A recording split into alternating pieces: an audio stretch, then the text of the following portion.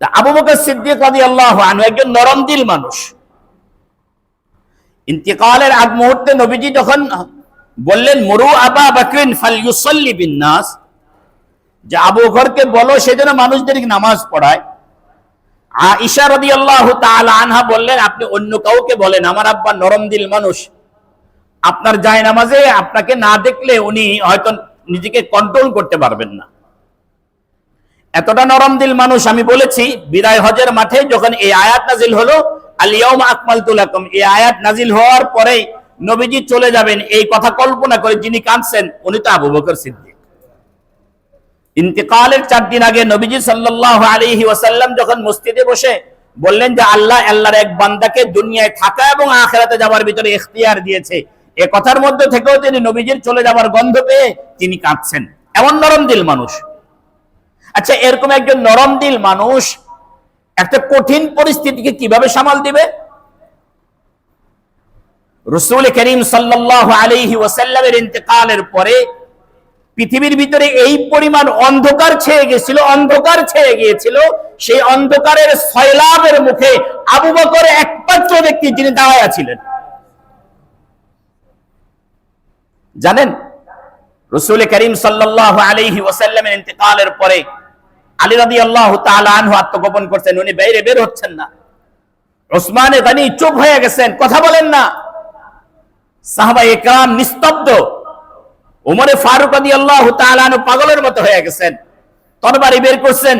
যে ব্যক্তি বলবে যে মুহাম্মদুর রাসূলুল্লাহ নাই, তার দরবার গর্দান উড়াইয়া দিব। বলেন পরিস্থিতিটা কতটা সঙ্গীন, পরিস্থিতি কতটা ভয়াবহ। নবীজি নাই, এতদিন পর্যন্ত যে নবী সবাইকে আগলে রেখেছেন সে নবী এখন নাই। আমরা তো বুঝতে পারি নাই, আমাদের মহাব্বতটা সেই পরিমাণ নয়, এই কারণে আমরা বুঝি না, আমাদের কলিজায় সেই অনুভূতি নাই। সাহাবায়ে যারা নবীজিকে দেখছেন তারা বোঝেন যে নবীজি কি ছিলেন। শুধু খালি একটু বোঝার চেষ্টা করেন, আমি বুঝাই সাহাবায়ে কেরামের অন্তরে নবীজির প্রভাবটা কি পরিমাণ ছিল, এটা একটা ঘটনা থেকে বোঝার চেষ্টা করেন। যায়েদ ইবনে হারিসা রাদিয়াল্লাহু তাআলা আনহু ছোটকালে ওনাদের কবিলার উপরে ডাকাত পড়লো, ডাকাত পড়ে ও ডাকাতরা ওনাকে এনে মক্কার রোকাজের বাজারে বিক্রি করে দিল। যায়েদ ইবনে হারিসা ওনার তালাশে ওনার বাবা মরুভূমি চষে বেড়াইছেন।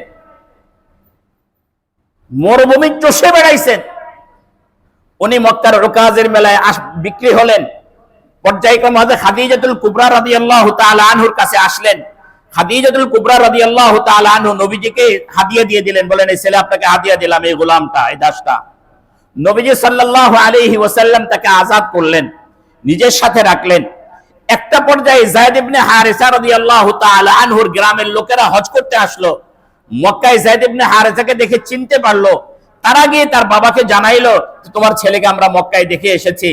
মক্কায় আল আমিন নামে একজন লোক আছে, মুহাম্মদ ইবনে আব্দুল্লাহ নামে একজন লোক আছে, তার আশ্রয়ে সে আছে, গোলাম হিসাবে সেখানে আছে।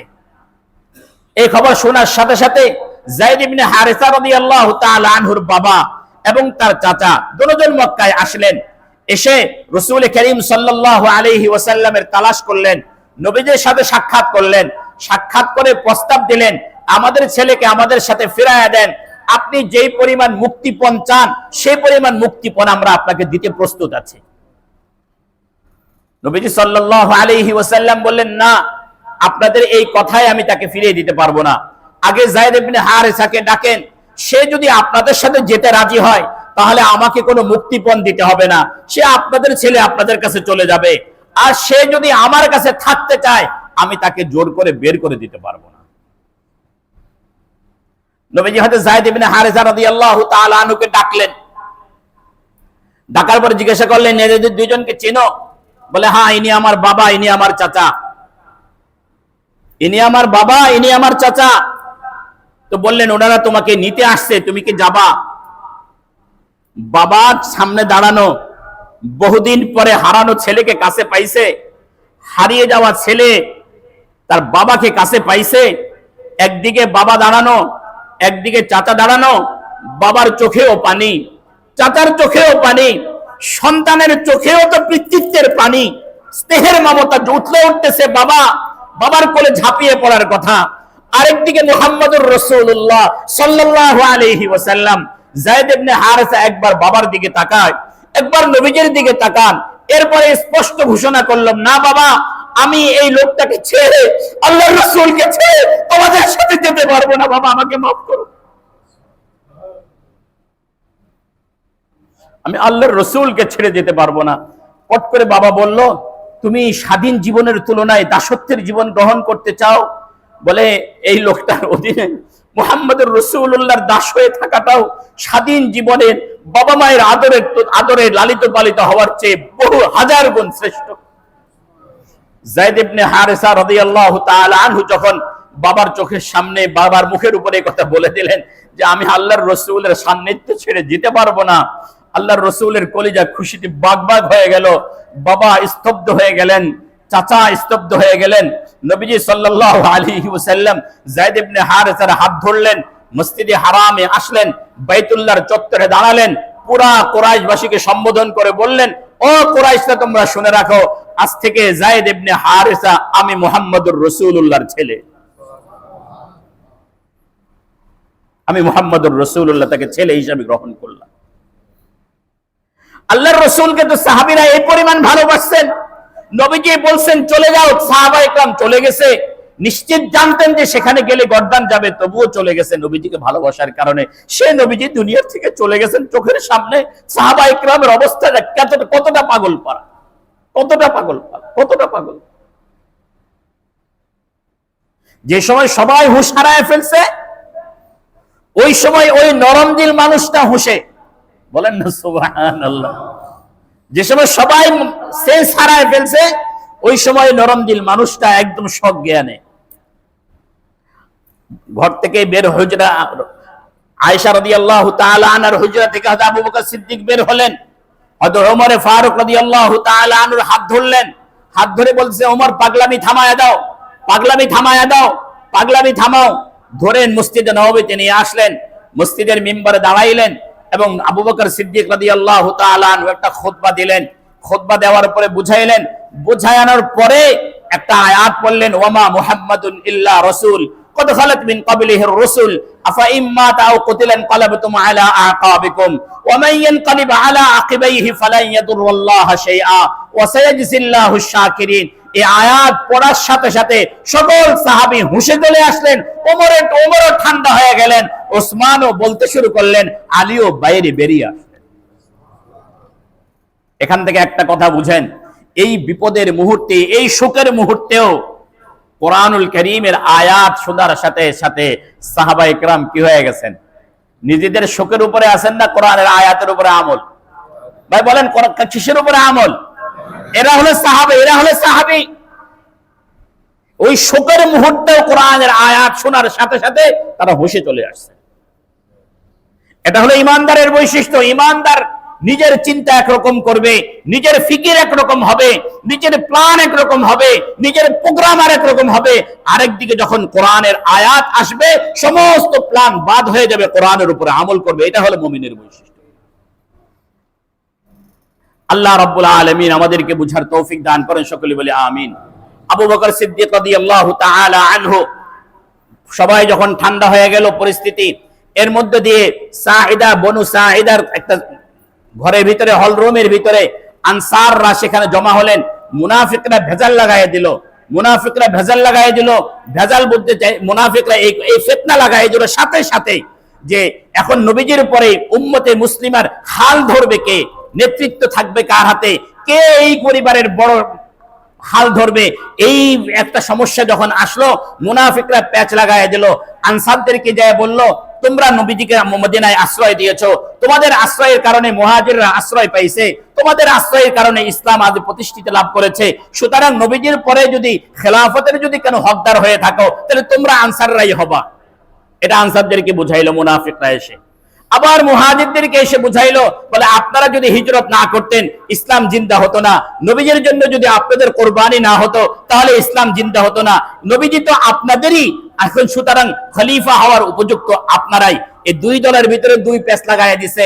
এখন আনসাররা পরামর্শ বসছে, তাদের মধ্যে থেকে খলিফা নিযুক্ত করবে।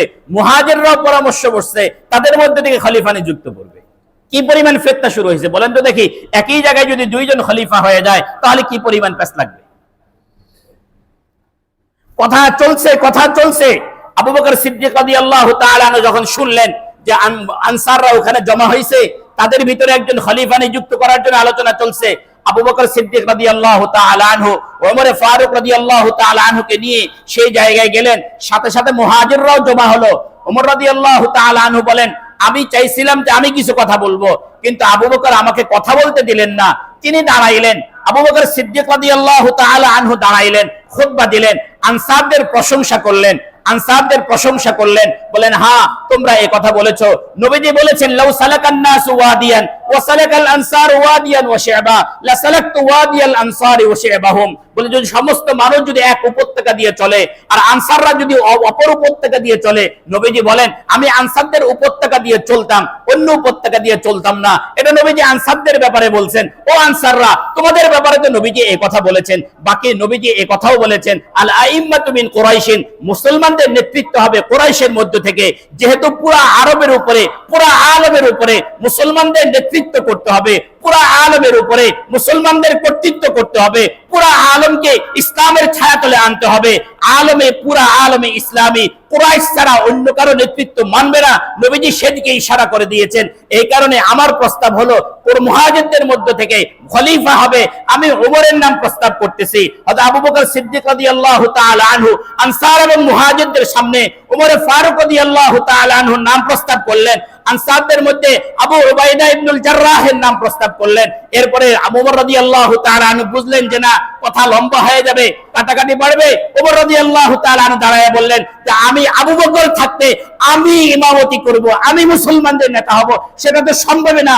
যদি আবু বকরের ছাড়া অন্য কারো যদি নেতৃত্ব যদি চলতো, তাহলে নবীজি আবু বকরকে বাদ দিয়ে অন্য কাউকে ইমামতি দিতেন, আবু বকরকে ইমামতি দিতেন না। আবু বকরের যায় নামাজে, আমিও তো নামাজ পড়ানোর জন্য তাকবীর বানছি, নবীজি তো নিষেধ করেছেন, আবু বকরই পড়িয়েছে।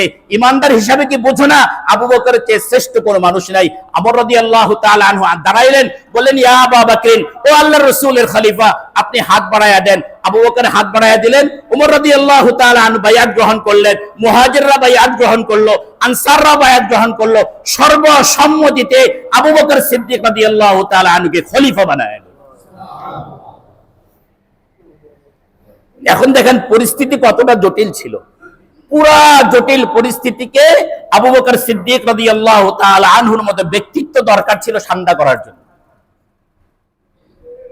এরপরে উনি প্রায় 2.25 বছর খেলাফতের দায়িত্ব পালন করেছেন। এই 2.25 বছরের ভিতরে বিছানায় পিঠ লাগানোর মতো পরিবেশ ছিল না।